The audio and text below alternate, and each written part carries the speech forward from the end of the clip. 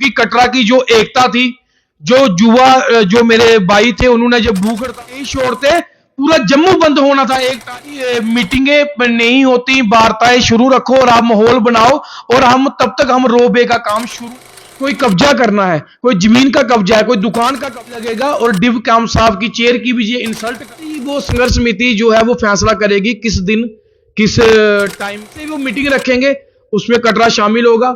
उसके बाद जो कटरा करेगा उसके लिए हम रेडी हैं। जेके मीडिया देख रहे सभी दर्शकों का स्वागत है। मैं हूं आपके साथ आशीष शर्मा। सबसे पहले जेके मीडिया के जितने भी दर्शक हैं, आशीष शर्मा की तरफ से उन सबको जय माता दी। रोपवे की अगर हम बात करें तो रोपवे का मसला फिर जाग उठा है। सोनचंद जी, क्या आगे की, क्योंकि ये मुद्दा तो अभी तक गरमाया हुआ है, ना तो कोई हल निकला। कहा गया था कि काम बंद करेंगे, वो भी शायद नहीं हुआ है। तो क्या आगे की क्या रणनीति रहेगी? जितने भी दर्शक आपके देख रहे हैं सबको जय माता दी, और जेके मीडिया का मैं धन्यवाद करता हूं जिन्होंने मुझे बुलाया। रणनीति तो कुछ नहीं है हमारा पहले भी एक ही स्टैंड था कि नो रोबे कटरा में नहीं लगेगा, क्योंकि आस्था जुड़ी हुई है और रोजगार, दो चीजें थी। जो आस्था माता रानी का तीर्थ स्थान जो बना हुआ है, जो माता रानी ने अपने पांव से बनाया हुआ है, तो इसका इतिहास खत्म हो जाएगा। एक वो था और एक रोजगार था। पूरा जम्मू संभाग जो है इस पे अपना रोजगार टिकाता है, क्योंकि हमारे कटरा में कुछ नहीं है, सिर्फ दुकान नहीं है, सामान जितना भी है सारा जम्मू, दिल्ली, पंजाब, कश्मीर से आता है। ड्राई फ्रूट की दुकानें हो, शाल की दुकानें हो, हमारे पास कुछ नहीं। ड्राई फ्रूट हमारे पास जहां पे कोल्ड स्टोर नहीं है।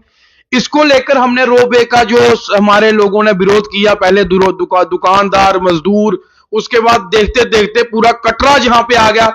उसके साथ देख के हर लोगों ने महसूस किया, हर पार्टी ने महसूस किया, और काफी सारे लोगों ने, युवा रायपुर सभा हो, उधमपुर का व्यापार मंडल हो, पार्टी के नेता हो, जम्मू के लोग हो, रियासी के लोग हो, डोडा के लोग हो, पूरे जम्मू, जिस इंसान को लगा कि ये गलत हो रहा है गरीबों के साथ, कटरा के लोगों के साथ, दुकानदार के साथ, होटल के साथ, सबने हमारा साथ दिया और सबने एक स्टैंड रखा कि श्री माता वैष्णो देवी संघर्ष समिति के जो लोग हैं, जो ये बात बोल रहे हैं, हम इनके साथ खड़े हैं।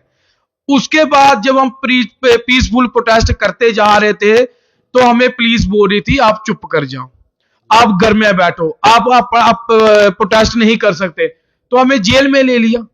तो जेल में लेने के बाद हमें खुद ही छोड़ना पड़ा, क्योंकि कटरा की जो एकता थी, जो युवा जो मेरे भाई थे, उन्होंने जब भूख हड़ताल की, उनका जोश देख के, मां बहनों के आंसू देख के, लोगों का समर्थन देख के, चैंबर ट्रांसपोर्ट के लोगों ने भी बंद करना था पूरा जम्मू।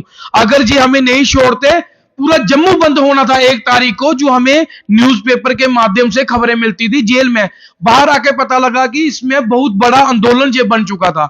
लेकिन आशीष जी, आंदोलन बंद जब खत्म हुआ हमारा, वहां पे हमारे डिव काम साहब, जिनकी हम रिस्पेक्ट करते हैं, उन्होंने उनके शब्द थे कि जब तक गंडोले का कोई फैसला नहीं आता, जब तक कोई मीटिंगें नहीं होती, वार्ताएं शुरू रखो और आप माहौल बनाओ, और हम तब तक हम रोबे का काम शुरू नहीं करेंगे।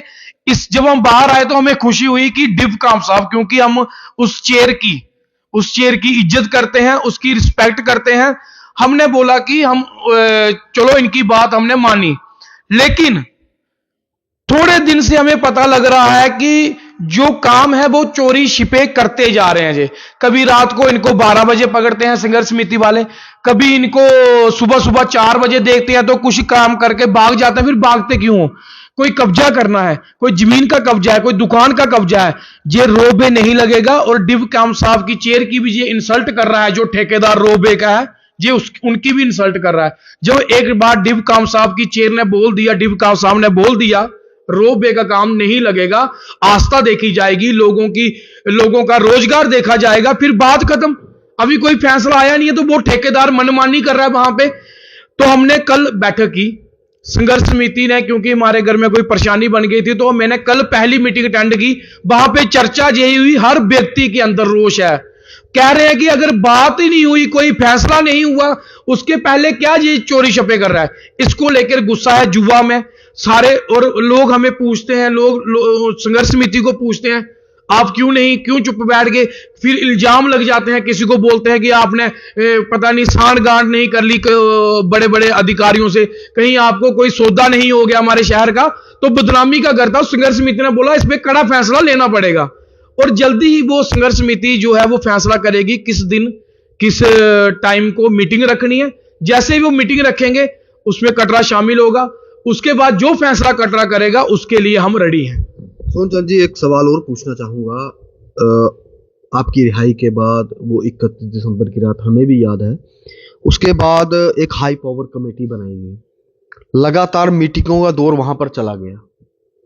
उसके बाद एमपी जुगल किशोर के साथ संघर्ष समिति की मीटिंग, आप और भूपिंदर सिंह जम्बाल वहां से गायब रहे, ऐसा क्यों? मैं बताऊं कि जब मैं आया 31 दिसंबर को रात को, हम बाहर हमें छोड़ा रात को 1:30 बजे। मैं जब आया तो उसके बाद मेरे पिताजी कहीं, मैं अंदर था तो वो थोड़ी परेशानी ले गए, तो उनकी तबीयत वैसे भी थोड़ी खराब थी। उनका कोई हफ्ते के बाद उनका देहांत हो गया, तो मैं 1 महीना मैं इसलिए थोड़ा घर पे रहा। और भूपिंदर जी भी तो बोलेंगे हम साथ में ही चलेंगे, लेकिन मीटिंगों का दौर था तो हमने सोचा कि इतने लोग हैं हमारे संघर्ष समिति के, वो बात करेंगे, बात ही करनी है, कौन सी जंग करनी है, कौन सी लड़ाई करनी है।